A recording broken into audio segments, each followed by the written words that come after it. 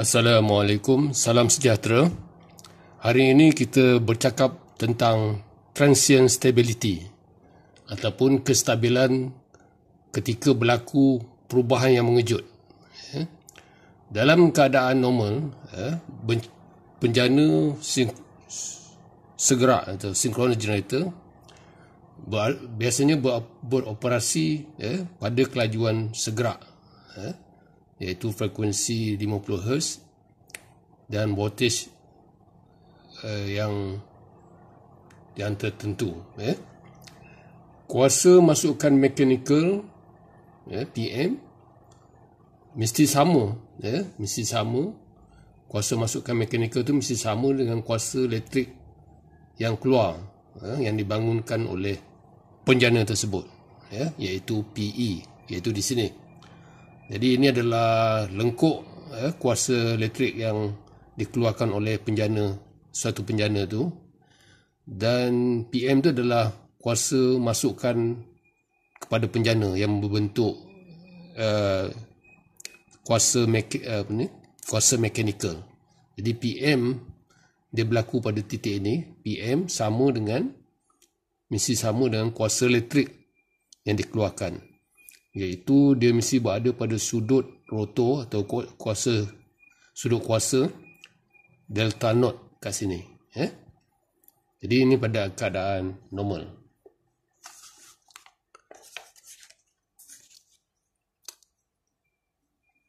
Jadi apa yang dimasukkan dengan keadaan transient atau perubahan secara mengejut ini, dia boleh berlaku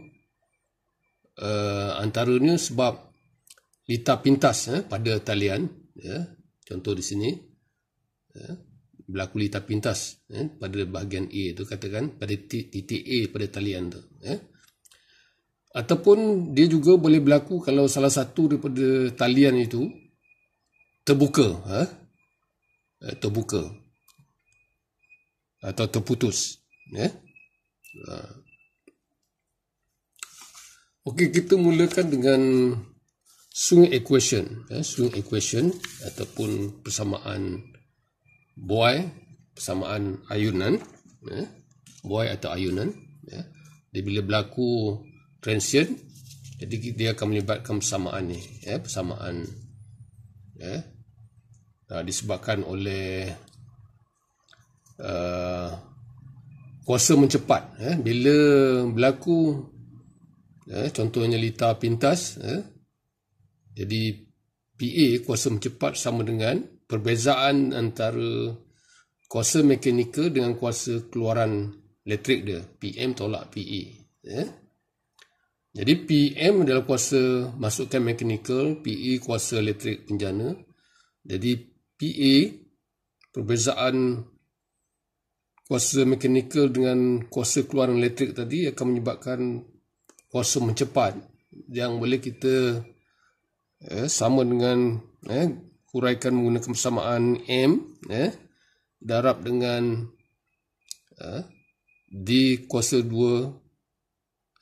Ini adalah kebezaan kedua, persamaan kebezaan kedua, D kuasa 2 delta bahagi dengan DT kuasa 2, di mana M adalah angular momentum ataupun dalam unit dia joule second per radian, per radian.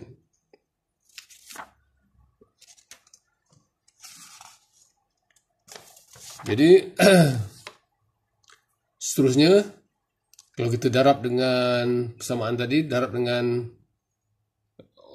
omega ataupun laju sudut, laju sudut W ataupun omega bahagi 2. Jadi sebelah kiri sebelah kanan tu kita darabkan dengan setengah omega tadi, laju sudut.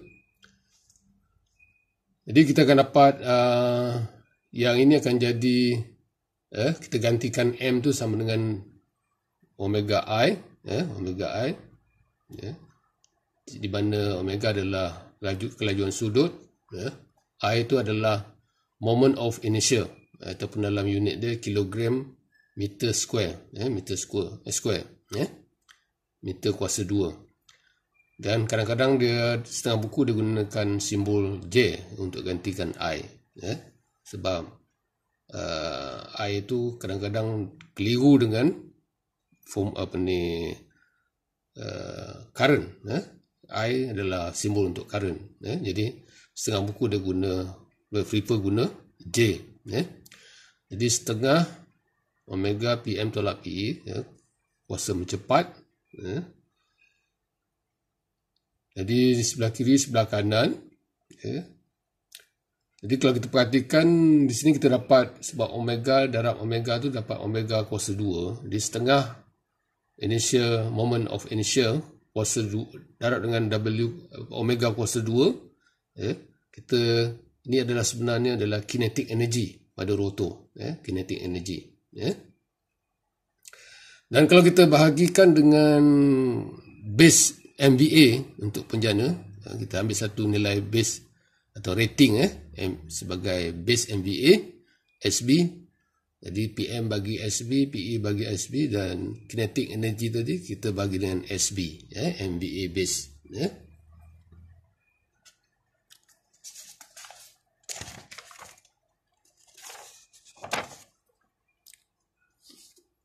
Jadi itu dia. Kita gantikan yang ini, kinetic energy bagi dengan MVA base tu sebagai H, dan H tu dikenali sebagai initial constant, iaitu stored energy, kinetic energy yang tersimpan dalam rotor tu bahagikan dengan BA, rating kita dapat H, kita panggil initial constant. Dan PM bagi SB adalah kita dapat per unit PM, PE bagi SB kita dapat per unit PE. Jadi PM tolak, kita ringkaskan PM tolak PE, kita mudahkan lagi sama dengan kita bawa sebelah sana, H bagi pi F, pi F tu bawa sebelah kanan, didarab dengan D kuasa 2 delta bagi TT kuasa 2. Jadi kita dapat PE, PM tolak PE adalah PA, kuasa mencepat, H bagi pi F darab dengan ini, bagi ini. Jadi daripada sini kita boleh tuliskan D kuasa 2 delta bagi DT kuasa 2 pi F PA, kuasa mencepat bagi dengan H. Itu kita nomborkan sebagai nombor persamaan nombor 1. Okay.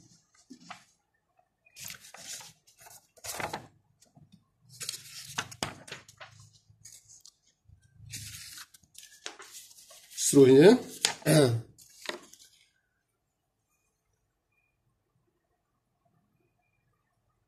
sebutan ini, sebutan D per dt, kebezaan D delta per dt kuasa 2. Kalau kita huraikan, kita akan dapat D delta bagi dt darab D kuasa 2 delta bagi dt kuasa 2 tambah, ini kebezaan yang ini, dan akhirnya kita dapat 2 kali D delta bagi dt darab D kuasa 2 delta bagi dt kuasa 2. Jadi persamaan satu yang kita dapat tadi, kita darabkan dengan 2 D delta bagi dt,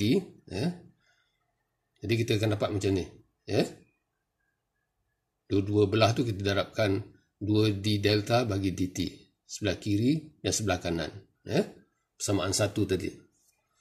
Jadi kita dapat kita gantikan balik, bahagian ni, dia sama dengan yang ini, kalau kita perhatikan yang ini sama dengan yang ini. Jadi kita boleh gantikan sebutan yang ini, gantikan dengan yang ini. Tadi persamaan satu tadi ada sebutan yang ini, jadi kita gantikan dengan yang ini sebab dia sama. Jadi kita dapat kebezaan per dt D delta bagi dt kuasa 2 sama dengan 2 D delta per dt pi F PA kuasa mencepat bagi H, initial constant tadi. Jadi kalau kita nak dapatkan D delta bagi dt kuasa 2. Jadi yang ini kita jadikan sebelah kanan tu jadi integration, integral. Jadi 2 pi f bagi h, dt tu hilang. Jadi PA, integral PA d delta atau kameran daripada denote ke d. Jadi kita dapat kalau kita nak d delta per dt, maknanya kuasa 2 ni bawa ke sebelah kanan jadi punca semua sekali.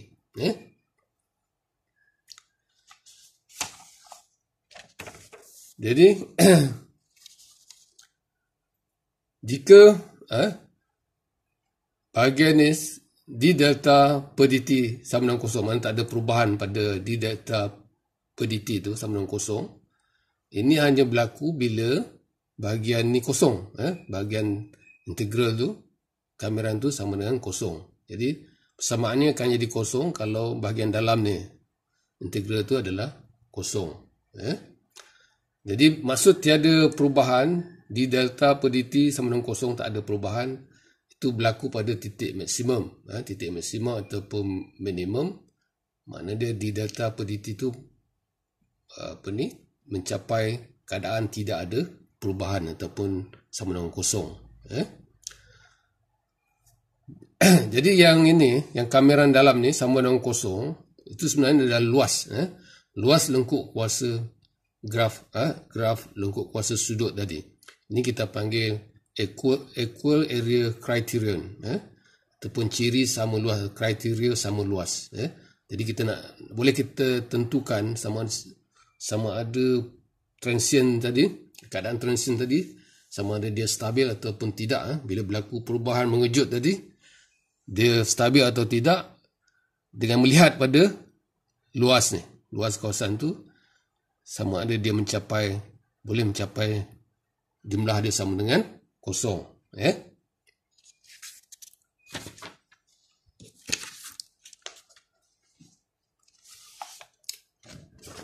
Okey, cuba kita lihat rajah ni.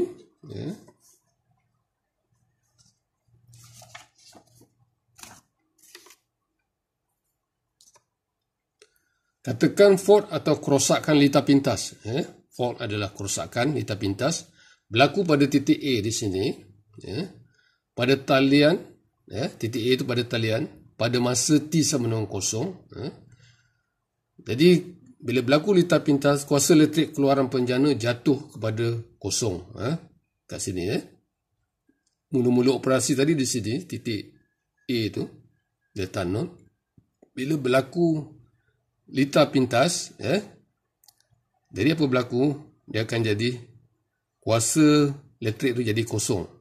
Kuasa keluaran elektrik tu jadi kosong kat sini. Dia jatuh kat sini, B, pada titik B. Tetapi kuasa masukkan mekanikal kepada penjana tetap tidak berubah. Kalau kita perhatikan, PM tu masih sama. Sepanjang masa dia masih sama. Yang berubah hanya kuasa keluaran elektrik tu. Jadi kita nampak perbezaan di situ. Kuasa mekanikal dia PM, tapi kuasa elektrik dia pada kosong ni, pada garis kosong. Di beza dia, PM tolak PE ialah sama dengan PM.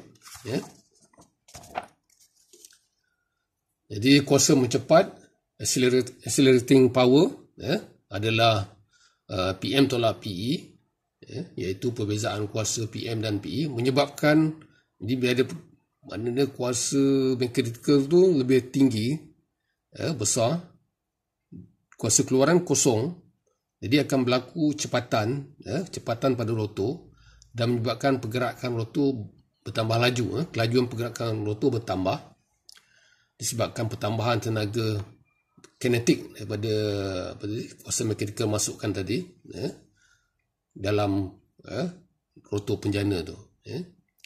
Jadi kelajuan rotor meningkat melebihi kelajuan segerak, synchronous speed, dan sudut kuasa data juga turut bertambah. Jadi data pun akan bertambah, bertambah dari data kosong kepada data C.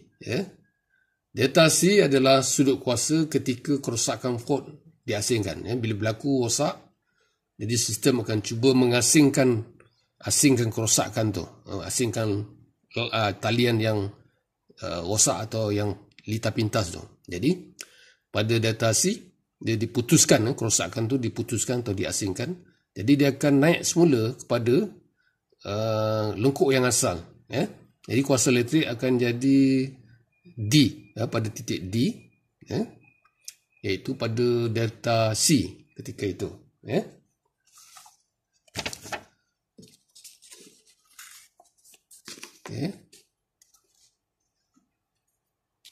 Jadi apabila kerosakan diasingkan, kuasa elektrik keluaran penyana naik mendadak ke titik D di sini. Ketika pada kedudukan D, kita nampak PE lebih besar daripada PM pula. Kat sini PE itu dah lebih tinggi daripada PM. PM tidak berubah. Jadi apa berlaku? Kuasa mencepat tadi akan menjadi negatif. Dia tak boleh lagi accelerate.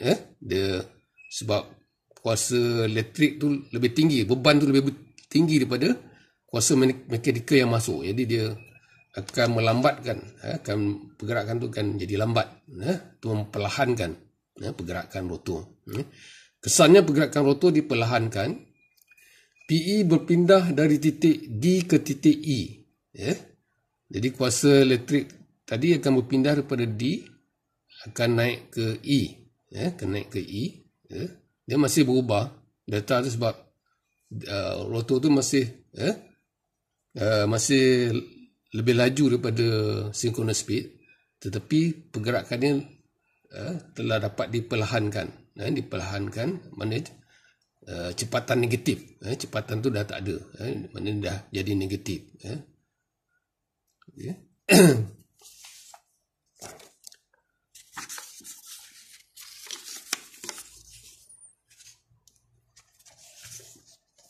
Jadi pada titik E tidak ada lagi berlaku perubahan delta, atau maksudnya di delta per dt, perubahan delta dengan masa tu dah jadi kosong, sebab diperlahankan tadi. Jadi sehingga dia perubahan delta tu tidak berlaku lagi. Kelajuan rotor mencapai kelajuan segerak. Jadi pada keadaan ni kelajuan rotor akan mencapai kelajuan segerak bila di delta per dt tu sama dengan kosong. Dia dah jadi balik, dah sampai mencapai kelajuan segerak semula.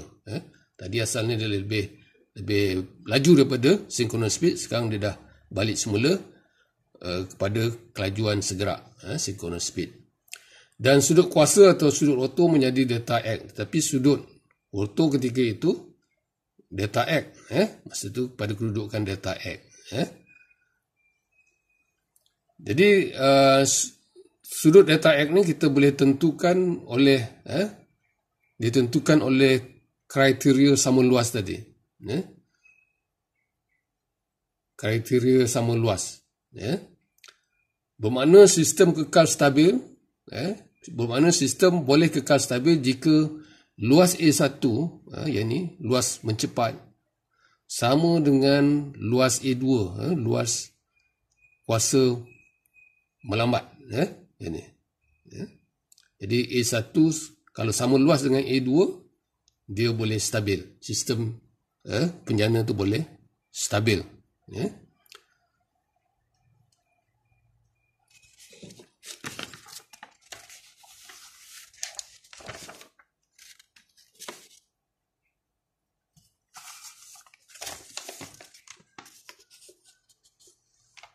Okey, pada titik E, kuasa mencepat masih negatif. Jadi melambat ataupun retarding. Oleh itu, rotor tidak boleh kekal pada kelajuan segerak.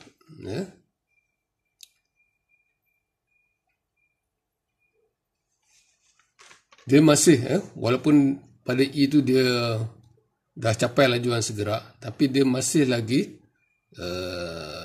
kalau kita perhatikan pada keadaan itu, kuasa elektrik lebih tinggi daripada kuasa mekanikal. Jadi ini akan memperlahankan rotor, pergerakan rotor. Sebab beban lebih berat daripada kuasa yang mekanikal yang menjalankannya. Sebaliknya terus diperlahankan dan sudut rotor berkurang dari delta X. Sekarang dia berkurang daripada delta X ke di titik E, delta X tu pada titik E ke titik A. Maknanya sekarang dia akan berkurang ke A. Jadi delta ni sudut kuasa tu akan berkurang sebab rotor tu semakin melambat. Dia melambat dan dia akan kurang sampailah pada titik A. Seterusnya dari A dia akan terus kepada sebab ada lagi kuasa melambat tu masih ada, dia terus kepada menuju kepada F. Dari A ke F, kuasa kalau kita perhatikan bila A bergerak ke F, kuasa mekanikal dah jadi lebih, dah jadi lebih pada kuasa elektrik, lebih tinggi daripada kuasa elektrik. Jadi di situ akan berlaku semula macam cepatan, kuasa cepatan, kuasa cepatan. Jadi bila sampai melepasi A, jadi rotor tu akan mengalami cepatan pula, sebab mekanikal, kuasa mekanikal dah lebih tinggi daripada kuasa elektrik dia.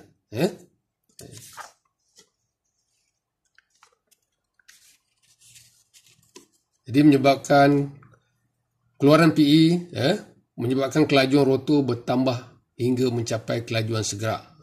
Jadi pada F dia akan mencapai kelajuan segerak, di mana di sana tak ada lagi perubahan di delta per dt. Di delta, perubahan delta tidak lagi kosong, maksud dia. Tidak ada berlaku perubahan pada delta, pada sudut kuasa. Jadi titik F ni ditentukan oleh luas, luas A3 dan A4. Jadi A4 ni mestilah sama luas dengan A3.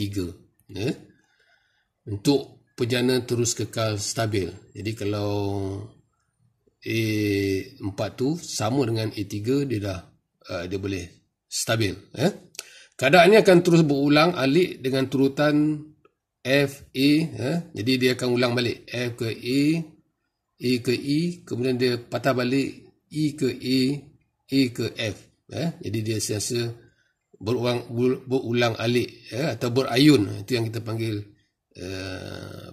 persamaan ayun, ataupun buai, swing equation, sebab dia berlaku berlaku ayunan, ataupun swing. Jadi keadaan tu akan berulang alik, daripada F A E A F, pergerakan tu sepanjang lengkuk tu, berulang alik. Ataupun kalau kita lukiskan graf sudut melawan masa, kita dapat graf macam berlaku ayun macam ni. E daripada bila berlaku rosak di sini, pada sudut asalnya di O, di dot, naik pada E, pada A, F, A, E, A, F, A, E. Dia sentiasa berulang sehinggalah kalau tiada redaman, jadi benda tu akan berulang-ulang sepanjang masa. Tetapi realiti dia ada kesan redaman, damping factor yang hilang, kuasa yang hilang pada geseran, rintangan elektrik dan kehilangan thrust magnet, thrust besi. Yang menyebabkan ayunan sudut rotor ini akan hapus, akan lenyap.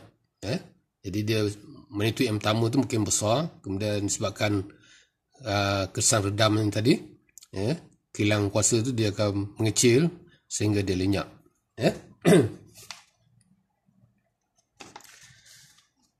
Okey, itu dia sedikit tentang transient stability, macam mana kita nak menentukan, nak mengetahui sudut-sudut delta C, delta X,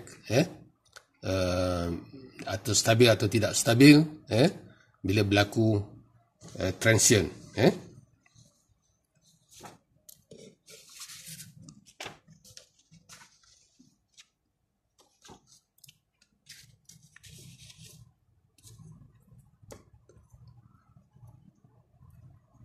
Jadi sudut DCR, apa dia sudut DCR? Sudut DCR adalah critical rotor angle, sudut rotor critical. Apa maksud dia? Pada keadaan kalau kita putuskan kerosakan itu, delta tu kurang pada DCR, jadi kita akan dapat luas A1 tu sama dengan A2. A1 sama dengan A2. Tetapi dia ada had dia. Kita tidak boleh terlalu lama untuk memutuskan atau mengasingkan kerosakan tu. Jadi paling akhir delta yang boleh kita putuskan asingkan kerosakan itu ialah pada delta CR, delta CR critical, critical rotor angle,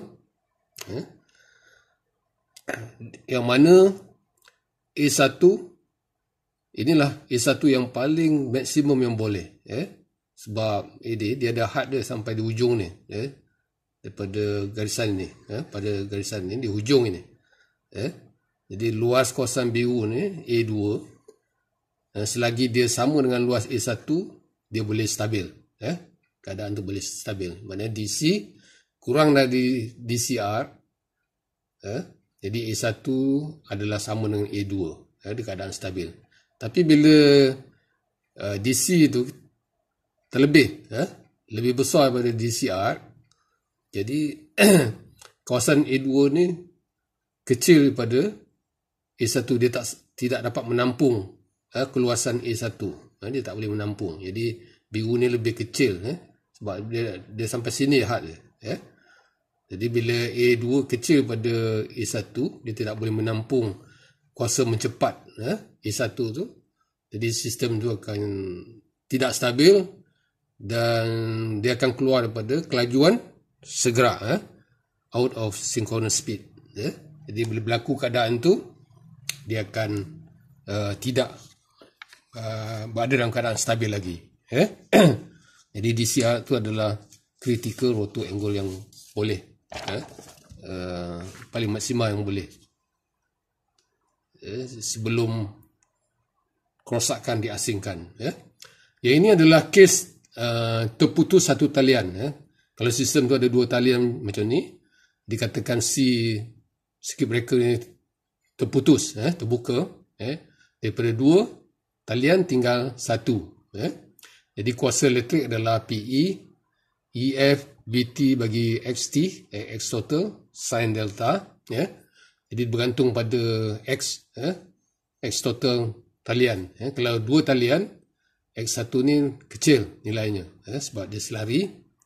Jadi bila selari, dia punya reaktan, inductive reaktan tu akan jadi lebih kecil berbanding kalau satu talian. Bila tinggal satu talian, dia besar, jadi kuasa dia jadi kecil.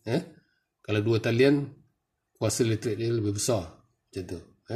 Kuasa elektrik daripada penyana tu lebih besar. Jadi kalau berlaku macam ini, berlaku pada delta node, jadi dia akan turun sampai di sini, sampai di sini. Jadi kuasa elektrik tu dah berkurang, jadi perbezaan PM dengan PE tu dah kat sini. Jadi untuk menentukan sistem tu stabil, bila terputus, terbuka satu talian, kita kena check, periksa sama ada A1 sama luas dengan A2. Jadi selagi A1 tu luas sama dengan A2, jadi dia boleh maintain stabil, kekal stabil. Dan satu kes lagi, kalau berlaku fault atau kerosakan pada salah satu talian, berlaku fault di sini, jadi katakan pada D-node tadi asalnya normal operation kat situ, dia berlaku fault, jadi dia akan ambil yang ini, lengkuk yang bawah ni. Jadi PM tolak PE yang bawah tu, sampai dekat DC dia diasingkan, fault tu diasingkan. Jadi dia kembali pada yang ada satu line. Mana satu line ni dah diputuskan, dia tinggal satu line yang tengah tu. Jadi sekarang ni luas tu kita ambil yang luas yang ni. Jadi luas mencepat yang ini A1 mesti sama dengan luas melambat A2 tu. Jadi keadaan akan jadi stabil selagi A2 tu dapat sama dengan luas A2 tu sama dengan A1. Jadi kalau A2 tidak dapat menampung A1, maka keadaan jadi tidak stabil. Jadi itulah dia keadaan-keadaan masa transient stability menggunakan kaedah kriteria sama luas. Jadi cukup setakat itu. Kita jumpa di lain masa. Assalamualaikum.